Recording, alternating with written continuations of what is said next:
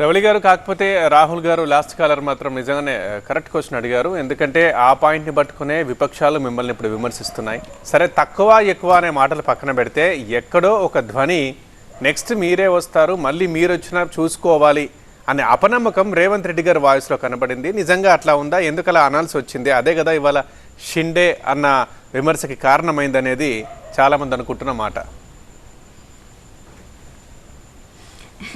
పృథ్వీ గారు, షిండేల విషయంలో కేటీఆర్ మాట్లాడితే బాగుండదు.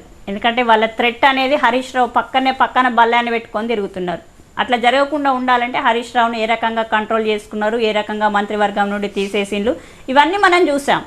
వీళ్ళు కేటీఆర్ను ముఖ్యమంత్రి చేయడం కోసం కేసీఆర్ ఢిల్లీకి వెళ్ళి కాళ్ళ మీద పడి, దేహి అని అమిత్ షా కాళ్ళ మీద పడి, మోదీ కాళ్ళ మీద పడ్డ విషయాన్ని వాళ్ళే బహిరంగ సభల్లో చెప్పిండ్రు. మేమేమి విమర్శించిన విషయాలు కాదు. ఈరోజు నెల రోజులు అనేది ఒక క్రూషియల్ టైం. నెల రోజుల టైంలో కూడా ఇప్పుడు మేడిగడ్డ విషయం ఉంది.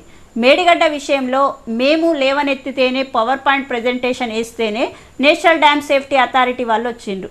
మరి ఇన్నేళ్లలో 10 ఏళ్లలో వీళ్ళు అవినీతి చేసిండ్రు అన్న తర్వాత ఒక్కరైనా ఈడీ దాడులు జరిపిందా? ఒక్క సిబిఐ ఎంక్వైరీ జరిగిందా? జరగలేదు. అంటే ప్రతిదీ కూడా వన్ డే ప్రతి డే కూడా ఈచ్ అండ్ ఎవ్రీ డే కూడా క్రూషియల్. కాబట్టి మేము 100% ఇండియా కూటమి వస్తాము, ఇండియా కూటమే అధికారంలోకి వస్తుంది. ఈరోజు అంటే ఇప్పుడున్న ప్రధానమంత్రిని పొగిడి కావాల్సిన నిధులు రాబట్టుకోవడంలో తప్పు లేదు. కాబట్టి ఇది తప్పుగా అర్థం చేసుకోవాల్సిన అవసరం లేదు. షిండేలను తయారు చేసే సంస్కృతి వాళ్ళకు ఉంది కావచ్చు, వాటి షిండేల మీద ఆధారపడి బతుకుతున్నారు బీజేపీ వాళ్ళు.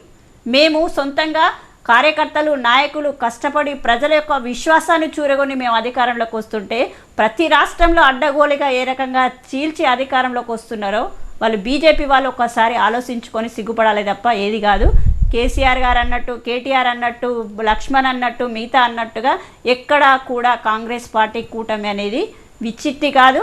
100% కేంద్రం ఈ రాష్ట్రంలో ఏ రకంగా అనూహ్యంగా వచ్చిళ్ళు వాళ్ళ అంచనాలకు తారుమారు చేసుకుంటూ వచ్చిల్లో అదే రకంగా కూడా కేంద్రంలో కూడా రాహుల్ గాంధీ గారు ప్రధానమంత్రి అవుతున్నారు.